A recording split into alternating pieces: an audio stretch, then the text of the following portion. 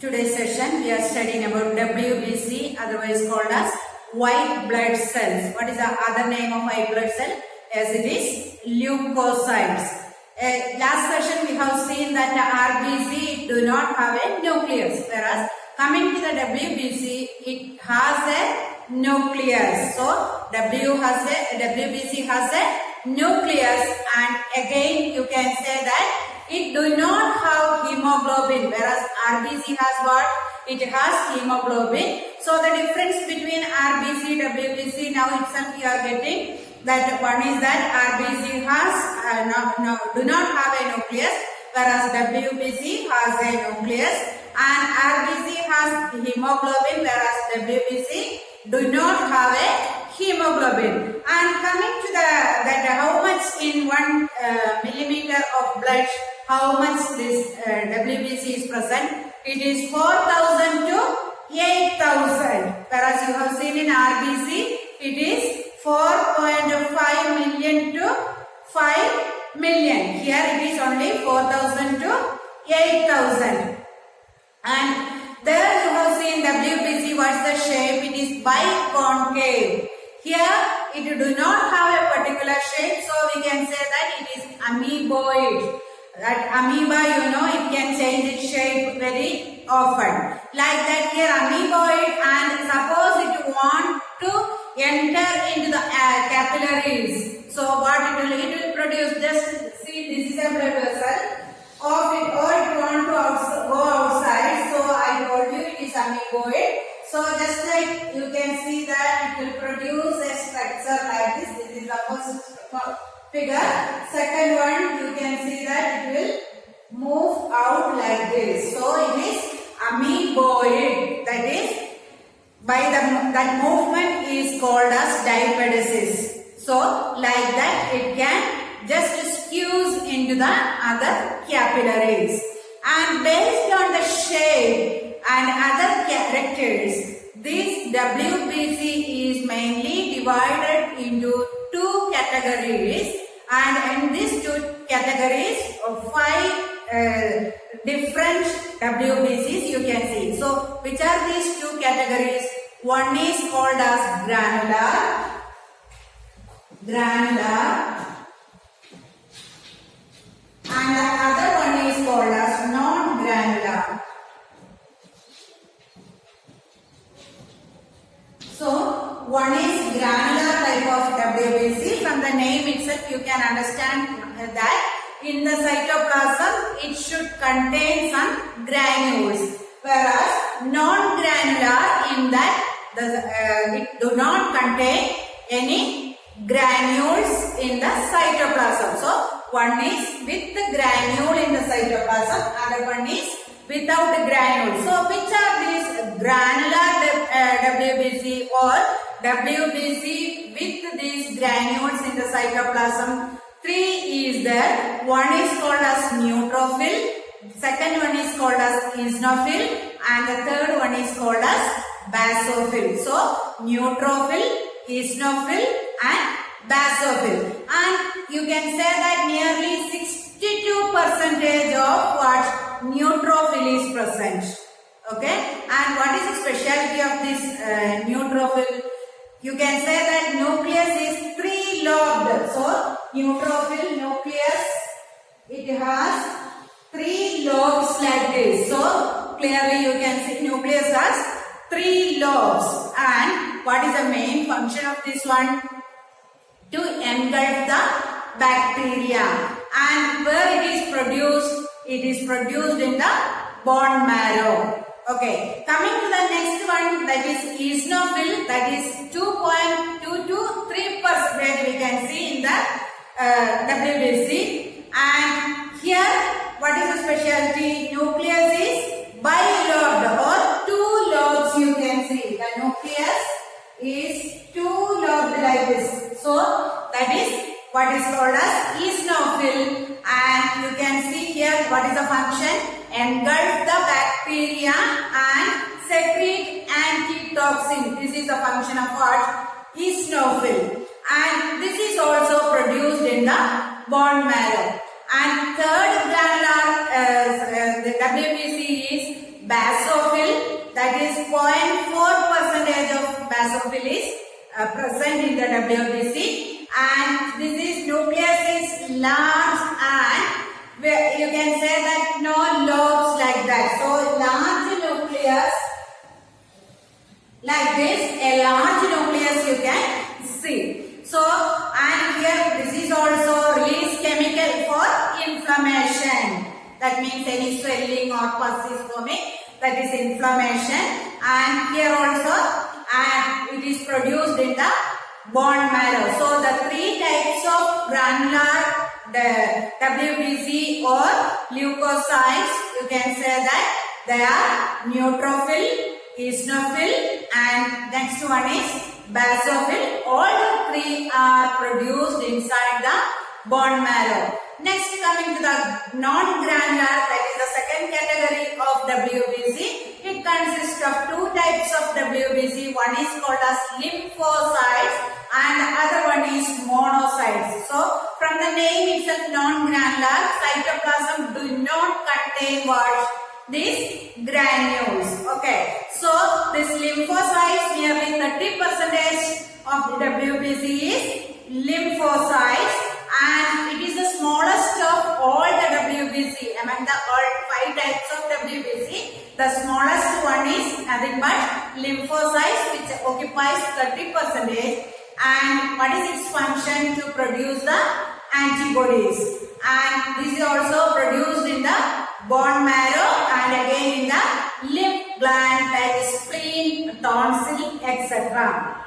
The last WBC, which is also a non-granular one, that is monocytes, and 5 to 3% it occupies that WBC. 5 to 3% WBC is of monocytes. And among the 5 types of WBC, the largest WBC is nothing but monocytes. And here it ingests germ, that is its function, and this is also produced in the bone marrow. So now you understood the 5 types of WBC. Then how it originates and what is the life of WBC? The WBC is produced in the bone marrow. You have seen in the 5 types of WBC also, that is produced inside the where? It is produced inside the bone marrow. Again, in some cases, especially you can say that lymphocyte where it is produced in the bone marrow. Again in the lymph glands like the spleen as well as spleen, and it's an organ near to the abdomen, and tonsil which is present in the neck region. Okay, so in the spleen as well as in the tonsil also it is produced. So mainly the production center is bone marrow only. And what's the lifespan? Yes, it can live only for 2 weeks. Okay, what about WBC? We have seen it can live nearly 120 days. That means 4 months. Whereas WBC can live only for 2 weeks, and among that this neutrophil, which is one of the granular WBC, it can live only for few hours. That is the difference. And you can see that every minute WBC is destroying and new WBC is produced in our body. So in some cases, I told you what is the number of this WBC in the blood. It is 4,000 to 8,000 per millimeter square. Okay, cube, millimeter cube. So some cases the number of WBC is very rapidly increasing in our blood. That condition is called as leukemia or blood cancer, and this may cause death. The only one remedy for this is blood transfusion. So that is WBC increasing in a very rapidly to a very high number. Okay. Like that, another condition is there, which is this number of WBC is reducing, and this condition is called as leukopenia. What is that? Leukopenia. One is leukemia, that is increasing the WBC, and leukopenia is the number will be decreasing. Now, what are the functions of this WBC? First one is phagocytosis. second one is inflammation, and third one is formation of antibodies. These are the three main functions of WBC. So first we can see phagocytosis. So the first one is phagocytosis.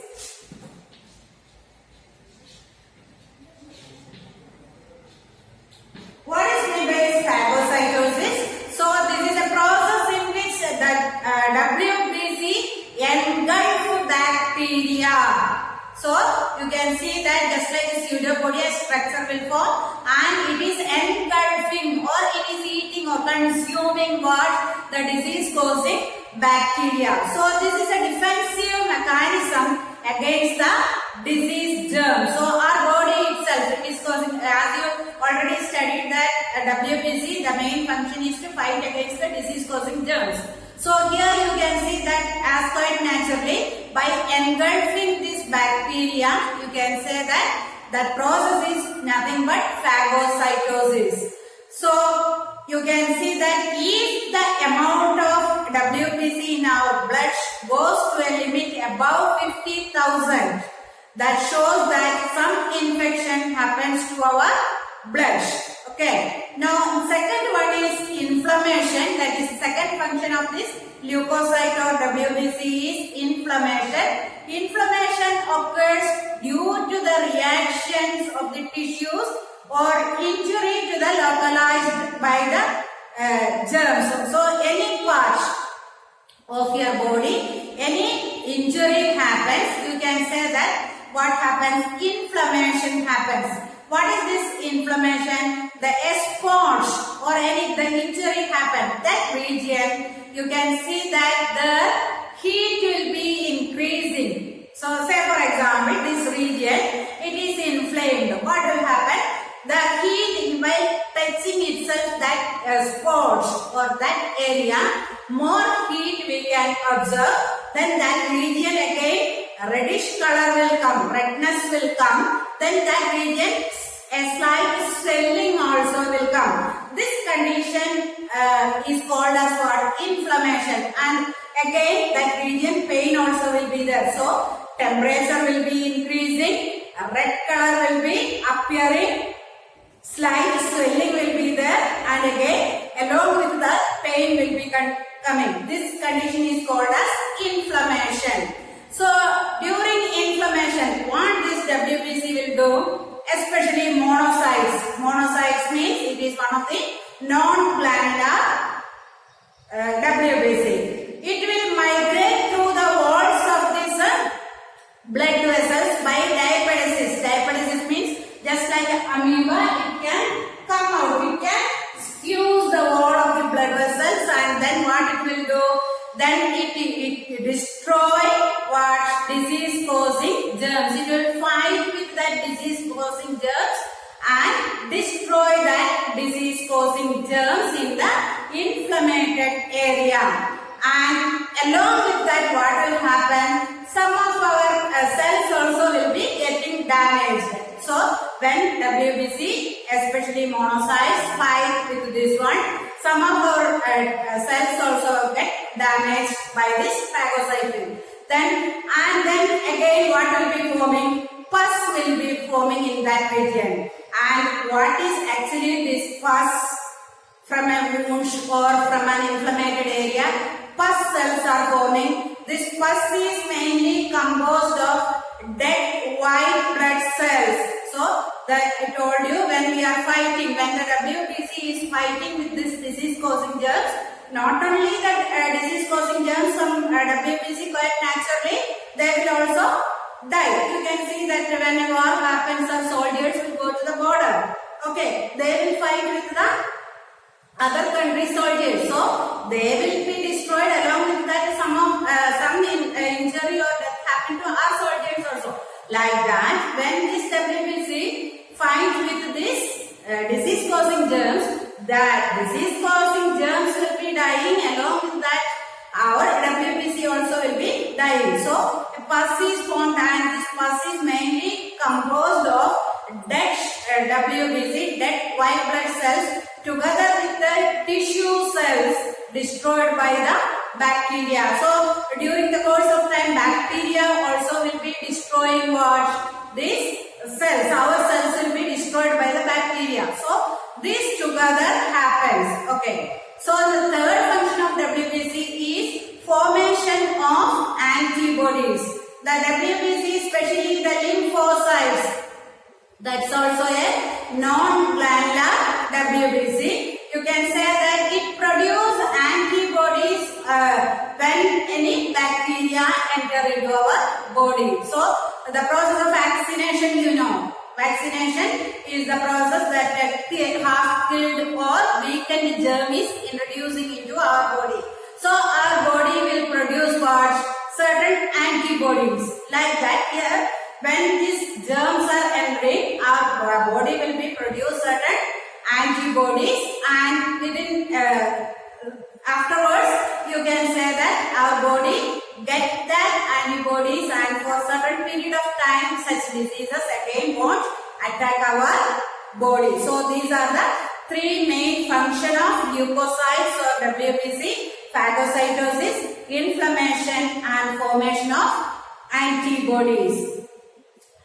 Coming to the third component, that is blood platelets. So third component is nothing but platelets.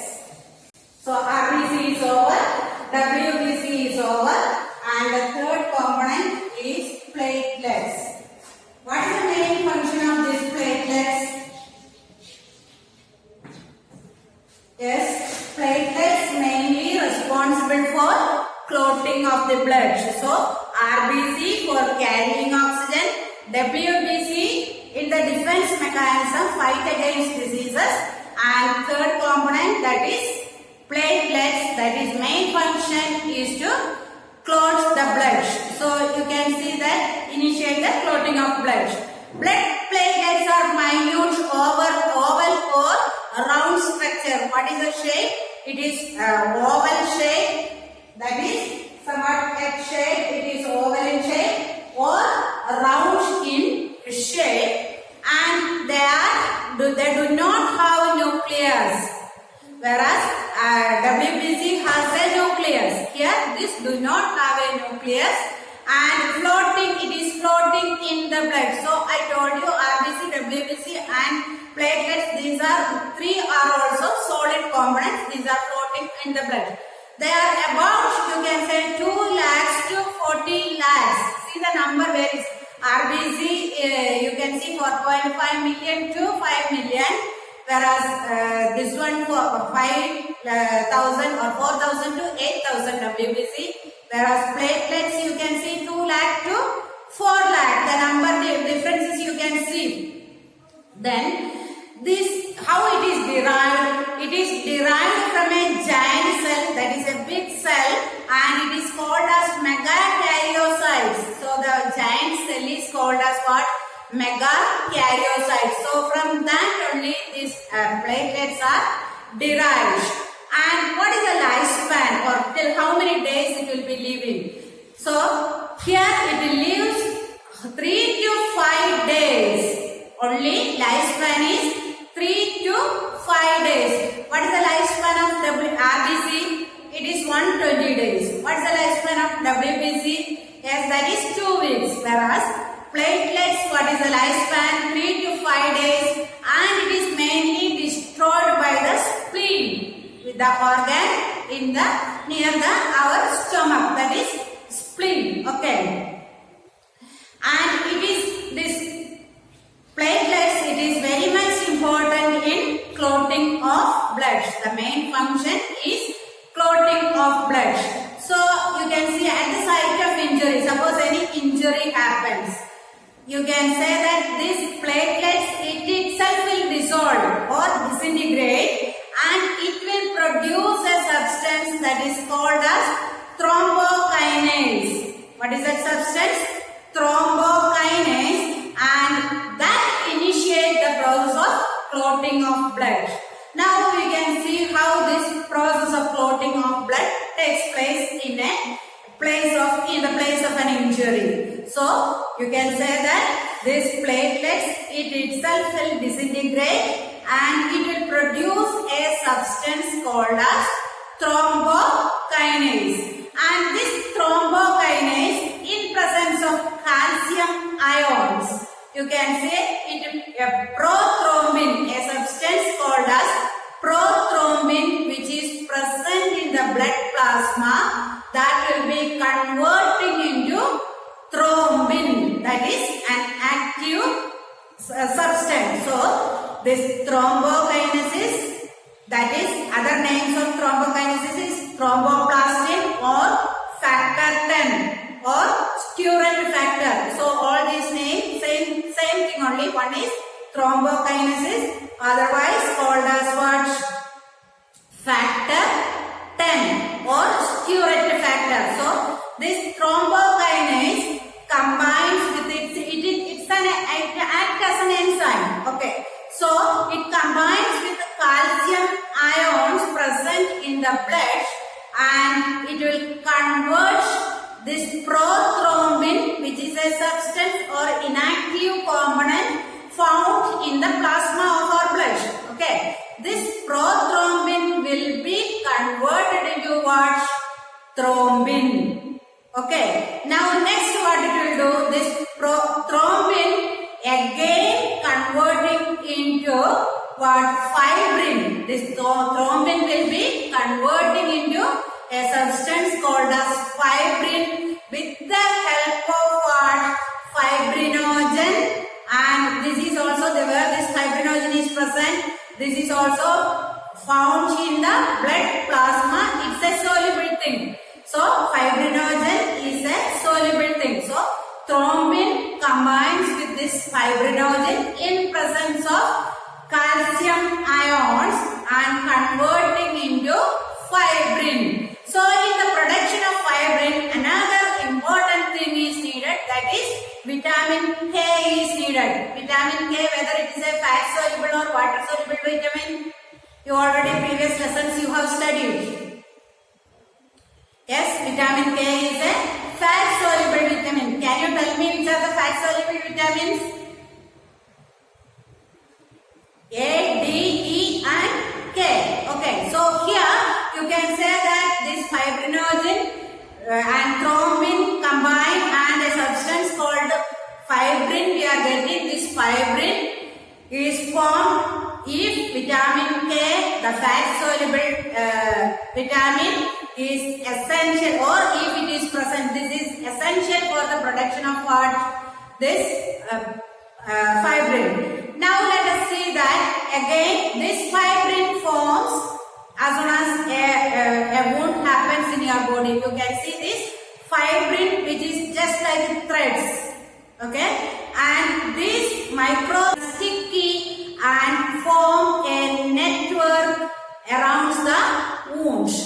Okay, now this network will be formed on the wound region, and blood cells are trapped in the network. So in a wound happens, blood will be coming out through that cut region. Okay, so here when the fibrin is formed, it is a network or you can see a mesh like it will be forming, and blood cells are trapped in this network. Okay, and then the network, then it will be shrinking, it will become small in size. The network will be shrinking and then skews the plasma from it. So the network will form a clot, and what will be separating? The plasma will be separating from that one, and that plasma which is separated from this clot is nothing but serum. Okay, so the plasma which is separated from the blood after forming the clot is called as what? Serum. Okay, so the clot is formed on the wound. So when blood vessel is cut, the blood will be escaping from the cut region, and suppose it is not stopped continuously, the blood will be losing from the body, and sometimes the person may bleed to death. So this coagulation or clotting is very, very important. In a test tube also, blood clotting can be done. Some blood is taken in a test tube, and a clot will usually form within few minutes, so that serum will be squeezed out of the clot and the clot will be left back. black. Okay, the serum somewhat pale yellowish in color. So hemophilia disease, you know, it is otherwise called as what? A bleeder's disease. That is, it is a genetic disorder. While studying genetics, you have learned about this disease. It is a genetic disease, and you can see that due to the lack of protein, blood clotting will be very late, or sometimes it may not take place, and it may lead to the hemorrhage. Hemorrhage means loss of blood, and sometimes the person may die also. And another common disease, that is dengue fever. It is transmitted by mosquito, and in dengue fever, in severe case also, what happens, you can see that bleeding from the body takes place, especially from the gum, mouth, ears, etc. Blood start to come out. So what happens here, actually during dengue fever also, the platelet count in the blood goes down very quickly. That is a symptom of this dengue fever. Okay, so that's also, if we are not treating it in proper time, that may also lead to death. Now the next portion is blood transfusion and blood groups. So how blood will be given to a person and how we can give, and certain names are there for this blood. What are those we can study? So what is meant by blood transfusion? Yes, during the case of an accident or injury, or at the time of an emergency operation, you can see that some person need blood. Emergency, they need blood. So somebody has to give this blood to that person. So one who is giving this blood, he is called a donor, and the patient who is receiving that blood is called as recipient. So donor is the recipient. One who gives this blood is the donor, and one who receives the blood is the recipient. So can anybody give this blood to a recipient? No, it is not possible, because there are different blood groups are there. So the concept of blood grouping was discovered by, you can say, Karl Landsteiner. So the scientist Karl Landsteiner, he only brought the concept of blood grouping. So according to Karl Landsteiner, there are two types of antigen in our body. That is antigen A and antigen B. So in the blood, two types of antigens are there. One is antigen A and the other one is antigen B. These antigens are present in the RBC of the blood. Okay. Again, in the plasma of the blood, certain antibodies also is present. These antibodies are nothing but proteins. Okay. So antibodies are present in the blood plasma, whereas antigen is present in the RBC. Okay. Depending upon the presence or absence of this antigen, which are those antigen? Antigen A and antigen B. There are four groups of blood. So how blood is categorized depending upon the presence of antigen A or antigen B. So four types of blood groups. This is blood group. Here antigen. Here antibodies. So antigen, it is present in the, where it is present? In the RBC. So it is present in the RBC of the blood, whereas antibodies, where it is present? In the plasma. Okay, in the plasma. So for blood group, you have, tell me which are that? A, B, AB and O. I hope that all of you know what is your blood group. Okay, now you see in A blood group, what is the antigen present? Yes, in A blood group, antigen A is present, and what antibody is present? B antibody is present. Okay, in the A blood group, antigen A is present and antibody B is present. In the blood group B, those who are having B blood group, what is the antigen present? Yes, that is B antigen is present, and in their antibodies, you can say A antibody is present. Okay. Now the third group, that is AB, in that antigen A and B is present. So here antigen A and B, both antigens are present in this blood group who is having AB blood group. And here, what about the antibody? In this, there is no antibody. So, AB group do not contain what? Antibodies. Coming to the last group of blood, that is O blood group, and in this, you can say there is no antigen present. And what about the antibody? The antibody, both A and B are present.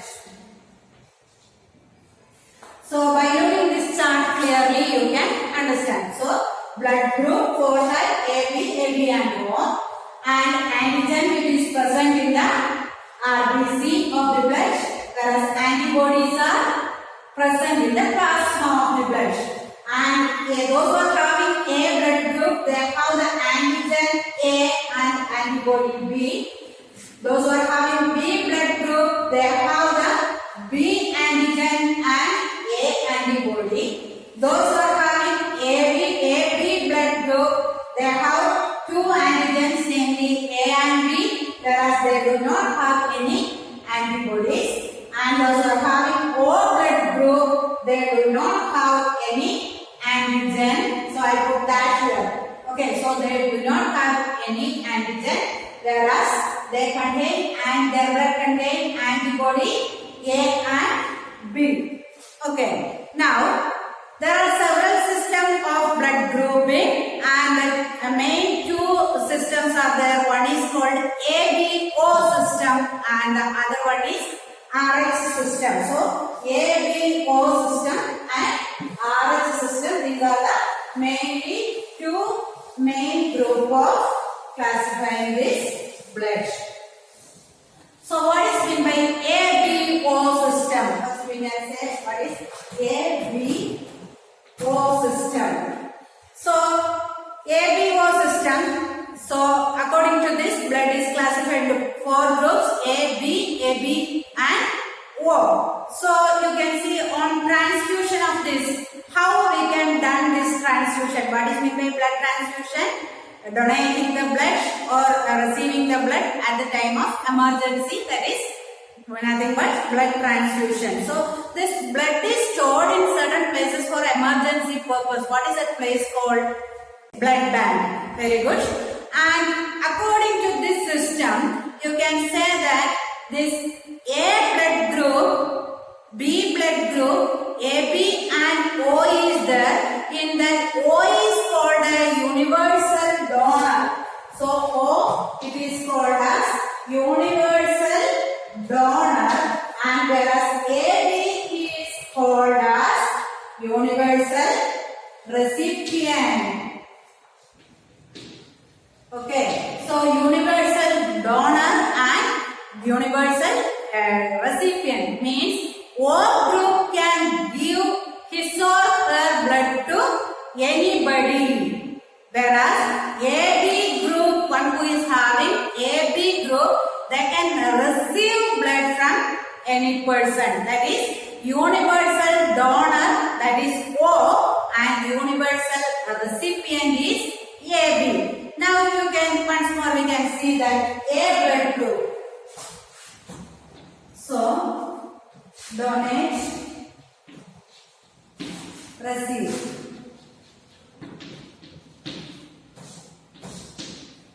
So AB and O. To whom A can give? Yes, A can be given only to A and AB. So A can donate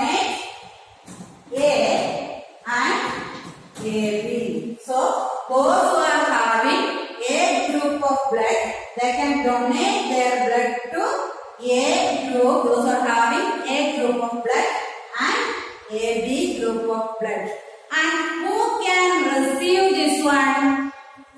A group receive there, A can receive as well as donate to non therefore, and you can say that they can receive it to A group can, who can receive the blood? A can receive and AB can receive. Okay, so A can receive and AB can receive, and they can give to A and O. Then coming to the B blood group, they can donate to A, O, here B and O, here B and AB. Whereas AB, what about AB? Yes, AB can donate to AB and it can receive A, B, AB and O. Okay. And what about O? O can donate to O and again it can receive, it can donate to all, whereas it can receive only from O. Okay. It can donate to all.